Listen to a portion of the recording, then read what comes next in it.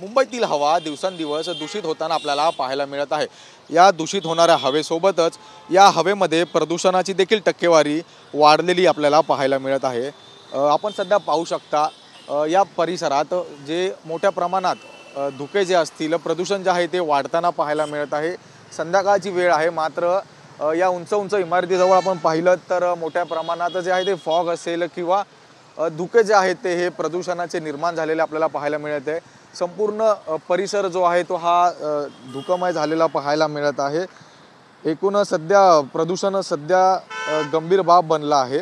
मुंबईतील हवा सध्या वाईट त्या अति वाईट या परिस्थितीमध्ये असून दिवसेंदिवस याचा AQI देखील वाढत चाललेला आहे। मुंबई महापालिकेने हवेच्या प्रदूषणाचा सामना करण्यासाठी त्वरित व कठोर उपाययोजना करण्यासाठी काही गाईडलाईन देखील जारी करण्यात आले आहेत। या गाईडलाईनचे कठोर पालन करणे देखील निदर्शनं देण्यात आली आहेत। तर यामुळे आता आपण जर पाहिलं तर पुढील काही दिवस जे आहे ते हवेमध्ये प्रदूषण असलेलं आपल्याला पाहायला मिळणार आहे। व्हिडिओ जर्नलिस्ट रवीसह मी जय पवार, TV9 मराठी, मुंबई।